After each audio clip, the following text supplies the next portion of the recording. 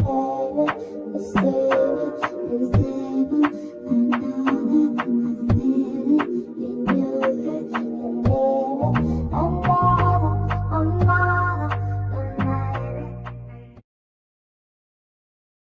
right, and we are. All right, we good. All right, what's good, everybody? Welcome back to the fourth episode of Bust on the Weekend Here. I am your host, MC Buster, and this is my friend right here, my co-host Nigel, who just came out of Dubai for some skills. But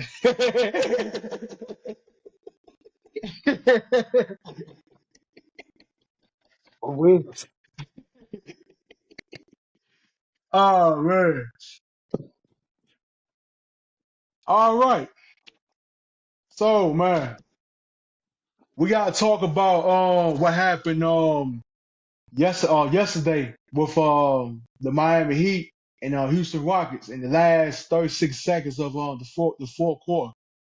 Apparently, some words had been exchanged to between Amir Thompson and Tyler Hero, and resulted in Amir Thompson aggressively throwing Tyler Hero like a rag doll to the floor. Then that's when things just got escalated really, really bad, which resulted in about three people getting ejected from both teams apiece. Even the assistant coach from the Houston Rockets. What's your perspective about that? Unless you have always seen it also. ain't got nothing to say. Tyler Hero, I ain't got nothing to say. I mean, cause I don't know. I can't. I wasn't. They don't have it. I don't know, man. I don't see it for Tyler Hero. I'm just saying. I understand. He could be a little chippy, but I don't know why. Something like that would happen. I ain't got much to say on that. Not that particular. I've been seeing other ejections lately, but I mean that one I don't have no comment.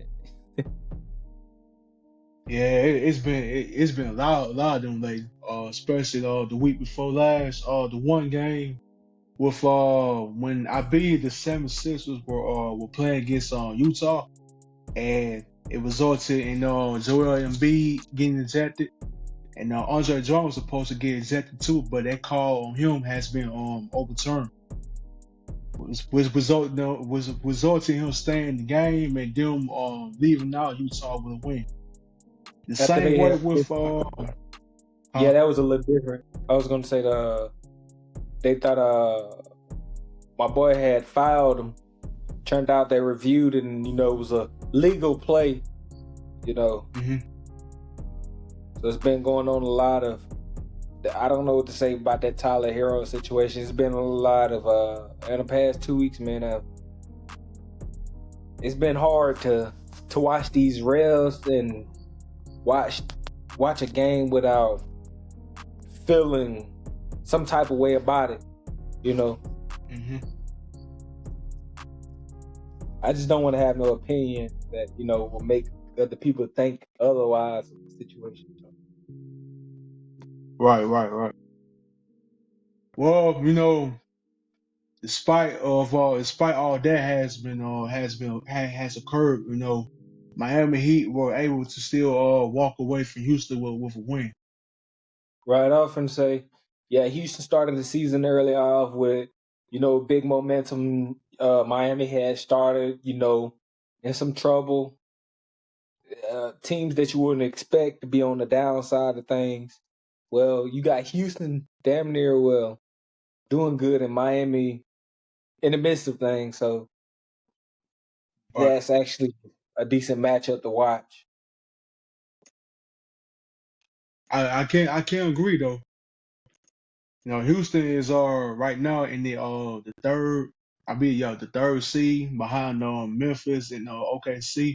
Now Memphis just recently played against OKC, who they like right there next to each other, and the same yesterday too, and OKC blew them out of the Wolves.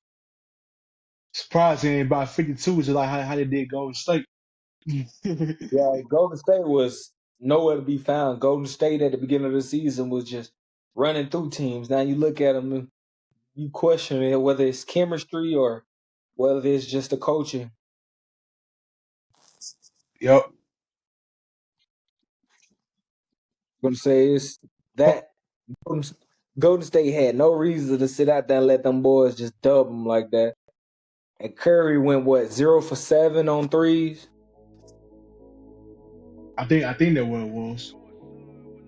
Because Then he ain't scored nothing. He ain't scored nothing that day. Just about it ain't 2 been. points, I think. I was going to say, yeah, he had a dismal field goal. He didn't really shoot no threes. You know, he only got his points off free throws and also no inside attempts. But he has been going off more recently. I've seen some trick shot that he made. Oh yeah, I seen when he did that flow, they start Behind looking the back, confused yeah. Yep. But Christmas Day, they had gave the Lakers a fight, but LA still walked away with a win by 2 points. What you think Wasn't it about the back-to-back Christmas wins game? against them? Which on for LA? Yeah. It was a back-to-back win because I think the game they had played before then was against Sacramento. That was when LeBron had returned from on that 2-game absence. Right. Yep. And that's when the next game they played was against Golden State. And I think the next game they recently played was against Detroit, then Sacramento again. I see that they trying to keep those tight schedules and keep those teams more close from having to fly out. Just about. I mean, it's been. But surprising. But surprisingly, they What were you saying?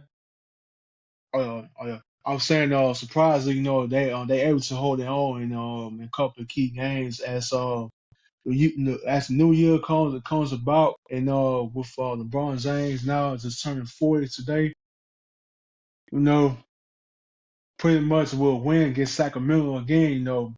It tops out to another victory for him. I was gonna say, man, Sacramento had fired Mike Brown. I hope you seen that. That was not a good gift to hear. No, it's not. To be honest, I feel like they pretty much gave up on him a little bit too soon. After And I think, getting y'all to the playoffs, 17 years since they've been in the playoffs. They were last time they was in was 2006 was when Chris Webber was still with them yeah, or so. Yep, 17 years, man. Playoff drop, long as ever. Now with having on the Marcus Cousins around that time, you'll be thinking that they'll end up having a chance to get there, but unfortunately, it didn't work out too good. Whole time that Marcus Cousins was there, Mike Malone was the coach then, you remember, right. before he was still thought to them. So now with Mike Brown, leading the way and winning the coach of the year last year, even though next year is coming about, but 2023 so. And then now, it's like they pretty much kind of I feel like they giving up on a little bit too soon. But I still say that they could have made the playoffs last year. But unfortunately, some games in the playing tournament that they failed to top over, especially against on the Pelicans, who've been giving them problems on the last season. But Right. for this season, right here, they have a lot of games where they should have won. Because and you can remember, like a lot of them games that they had were pretty close games. I mean, not Especially all, the last 5 that they had. The only game aside that was the Pacers when they went into Indiana and got blowed out like 122-90 something. turned around, they had went back and then lost them. But some of those key games that you had mentioned, I was thinking about that. You can't forget this year is a lot of teams that looking like they could be damn near on the losing side if they don't keep on playing ball. I was gonna say it's a lot of competition this year. It's like so many teams are even. Like so many teams are even that you just can't blame the coach this year. The competition is swift, especially over there in the West. You got the Dallas Mavericks looking weird. You got you only got so many good teams. The Lakers are looking weird. Golden State is looking weird. You know what I'm saying? You don't know who's gonna come on unless you're the top 3 teams in the West anyway. You know what I mean? It's only so many winning teams. Right. It's only so many winning teams. Then you look over to the East is kind of having the same situation. I mean, if you're even a top 8 team right now, I'm kind of surprised for you. Just looking at, like, you know, if you can go out and win and hustle and still play against a team that's looking like they're losing. So, those records are starting to shape up. You know, we got January coming, February right around the corner. Then by the time February comes, we'll be able to see the team's, like, overall potential. Because that playoff picture will start shaping up. By the time you get into, April exactly, you'll see the playoff picture finalizing itself. 7 or 8 games before then, you got everybody rushing in, trying to actually win and stay within the playoff pictures. But right now, we kind of don't know what that playoff picture can shift to. You know what I mean? Right now, we can't say exactly what it is. I mean, I'm not trying to be funny. Right. Even the Cavaliers have had some funny games, you know what I mean? Like, I thought they were one of the best defensive teams this year, aside Boston, you know what I mean? Boston can be scrappy, you know what I mean? Like, there's so many teams out there, when they lose, you question it. So, but Mike Brown, in his case, you know what I mean? He's been doing some good things with that franchise because they haven't looked better in I don't know how many years, even with De'Aaron Fox or Sabonis. I don't know. You know what I mean? They haven't looked this good in so many years. So. Now you right though. It's just, you know, some you know, pieces that had lacked on and stuff. Yeah, And then I think I probably could say that the lack of defense on Sacramento's end is probably the reason why they failed to you know get on top of certain key games that they should be get on top of. I probably I say would think you know Sabonis is go like ahead, my fault. DeAndre Ayton. I was gonna say Sabonis is kind of like DeAndre Ayton. He can give you a good game, but that defense. I was gonna say I know why the Indiana Pacers got rid of that guy. That's probably what they wanted more of. Defense. Exactly.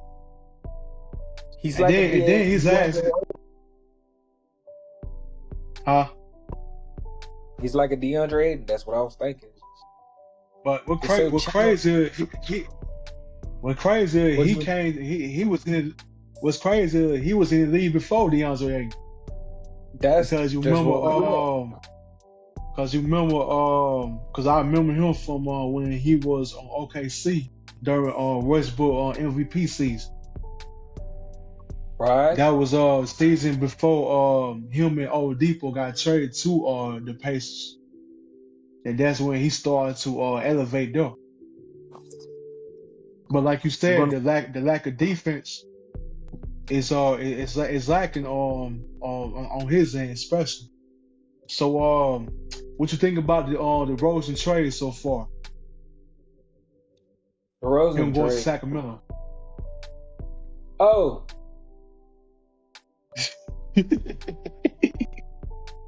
I think anywhere DeMar DeRozan go, I'm not gonna lie to you, I have seen coaches fired behind that man. Good coaches. I'm starting to think it's him low key.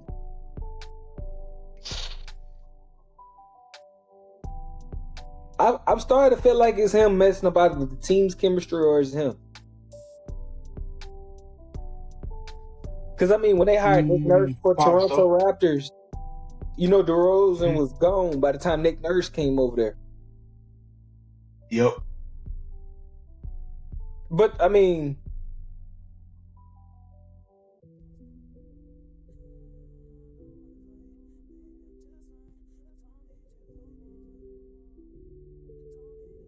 It's questionable. I mean, just look at the evidence, though.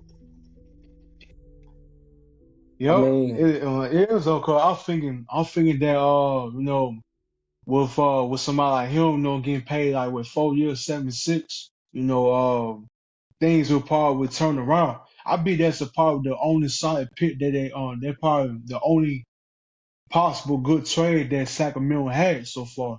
Nothing else had came about them besides them acquiring the Rose. I might be lying, I don't know, but right now they not looking as good. Some people right now are saying that he should be taking the bench role. Do you agree with that? I think Mike Brown would have been right. You know what I mean? He had Klay Thompson coming off the bench before he, was a starter, and I thought that validated a lot of things. I always thought that Klay Thompson was, he was a pickup piece. He was never essential in terms of being a prolific star. He's a great defender. You know what I mean? DeMar DeRozan can be shaky. He's getting older. He's lacking in some areas. Hmm. His offense is good, but as a show pony, he come and goes. You get what I'm saying? Right, right, right. Now one of the last time he got to the playoffs was his first season in Chicago. That was in 2022 when he was averaging down to 29 points a game. He was like what third in MVP vote because he cause Right. he cause he cause he's the main reason why they got to the playoffs around the time. Even though they fell short to Milwaukee. But yeah, Because yeah. I was gonna say they fell short. I mean, Zach LaVine, he came back off a couple injuries. That year it was DeMar DeRozan was chasing a bag, and I mean that was actually a good season. oh yeah, oh yeah. All right, But so oh well, go ahead, my fault, go ahead. oh, you're straight. You know what I'm saying? Oh yeah, I was saying all right, so another thing that happened yesterday was the Lakers had making that decision of trading D'Angelo Russell back to Brooklyn Nets for Dorian Finney-Smith and Shake Milton. What you think about them? This man still finna end up on the bench. Even going to Brooklyn?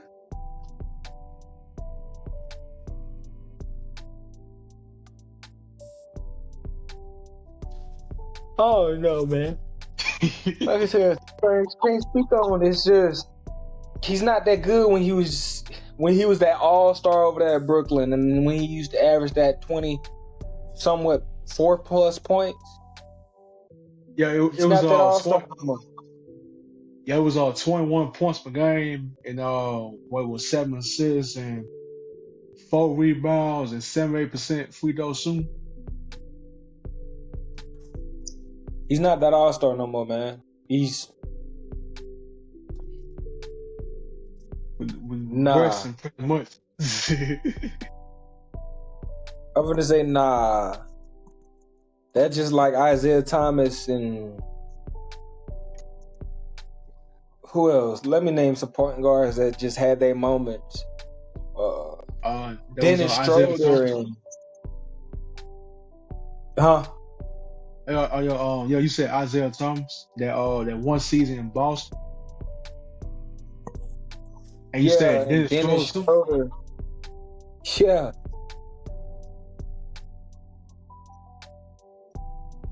I'm just saying though. He got traded to Golden State too. Oh, Dennis Dennis Schroeder. Schroeder. Yep. Everybody just getting traded while I ain't paying attention to something. Yeah, that trade happened like about 3 days before the D'Angelo Russell trade. Because Man, even before February, the deadline shit, around the time they're gonna be trying to trade, they're gonna be trying to make trades and stuff for the end of the year. Just like the last season when James Harden got had forced his way out of Philadelphia. to go to LA. That didn't turn out well, did it? Definitely did. Four soon to be Hall of Famers, old ass niggas. Just ego pretty much was their downfall in the playoffs, I guess. I was gonna say Kawhi Leonard is still hurt, or did he play the other day? And he ain't played next time this season yet. It was rumored Last that time I he's checked, supposed to, huh? I was gonna say like he playing against Dallas or something. Oh nah, he hasn't played a game yet. Since not that I know of. It was rumored that he was supposed to be coming back next in the middle of next month or something like that. And like I said, man, any team right now that's playing will be lucky to get a winning streak going. It's like you sit there and you watch these games with these players. You know what I mean, you got a Mhm. lot of winning teams on the West Side, but it's like give Memphis what a 5-game losing streak. Guess where they at? That Daniel second, Guess where they might fall to a 6 seed or you fourth. you give any? Yeah, that's what I'm getting at. Like giving any team a chance of getting their streak back going, and it's just wild ball out here, man. I don't know. I think at our experience of watching these games, the ref, the trades, Hmm. the price of a game ticket, the way we just view basketball, I think it's just wow. It's totally different now. You don't get to watch your favorite player play now, like Kawhi Leonard. But I mean, the Clippers are doing good in terms of having what's his name, Zubac. I never pronounced. Yo, you got right. Zubac, and Norman Powell. Turning up so far. Norman Powell is turning up so far. He averages like what 23 points per game so far. Yeah, didn't he come from New York, then came from Portland? No, he was important. He was Straight up from important. Portland. No, yeah, he was important before before he got traded to the Clippers. I believe that was in 22-23 season or so. I think no, I believe it was last season when he went to the Clippers. Before Nah, well, mine's stopped recording. It's back I recording now. uh All right, other than sports, I had a question about this music industry. Recently, I had seen the list of best albums that came out: Chromacopia, GNX, and Doechii. With what's the name of Alligator Still Bite? In terms of your favorite hip hop album of this year, what do you like the most and why? no, you had missing Dosey. To be honest, I never I pretty much ran across her on IG and stuff, a couple of social media posts I seen about her dropping music, but I never heard it yet, to be honest. But I probably but Man, I'm that's not crazy. I ain't saying see trash or anything, it's just that, I never came across. I mean I never listened to her music. Let me just rephrase that. Grammy nominated, and Kendrick shouted her out, said she's the hardest artist out right now. She went on to the Breakfast Show to say that it was a nice thing. She never met him in person, but she liked the fact that he acknowledged her. Did you know she's also signed to TDE? No, I'm not word. The last artist that I know that signed on TE was on Reese. Yep. In other news with TDE, SZA had cut her manager loose. You know who her manager was? Nah, I never knew who a manager was. Punch. Hunch. What else is it? Same cat that used to manage Doc. Mm, nah, I know, no, no, I never knew who K Dot manager was before Dave Free. That's crazy. So, so I barely even pay attention to the manager of Mozart. I just know the arts. Before yeah, that's before I found out that Dave Free was Kendrick manager. But I didn't know much about Dave Free until when Drake had dropped that Family Matters saying he think one of them kids might be Dave Free and shit. Right. So Scissor serves are ties with longtime manager Terrence Punch Henderson at the 12-year relationship. Dang. Basically, he had to step away from managing Scissor. You know, Scissor is one of the top artists inside of the R&B hip hop industry right now. Hmm. She just had dropped an album more recently, 30 for That's 30 to be exact. that's a single, eh? No, it's I an I album. I It's the I, I, album. Kendrick. I, I thought it was a single. With Kendrick. I know about a single. I know No, there was the an name of album. the.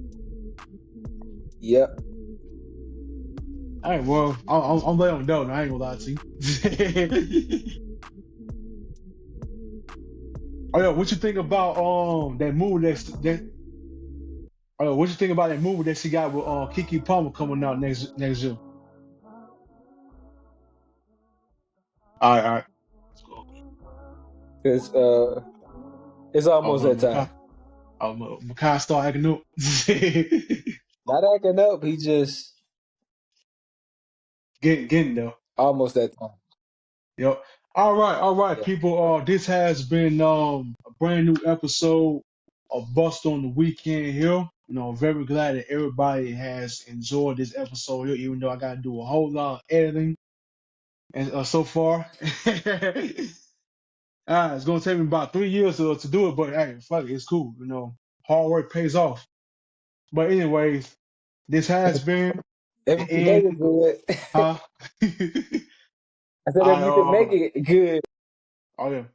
I'm trying so. I'm trying so. All right, tune in for next week or for next weekend at 5:30 as the new year is about to kick off. Saturday is at 5:30 p.m. Me and my dog me and my friend slash co-host Nigel, and be on lookout for the possibility of having guests appearing on the show because it is one person that I've been that I've been good friends with. She said that she wanted to make an appearance on the show. So she's potentially is going possibly is going to be our first guest for sure. So stay tuned for more updates on that.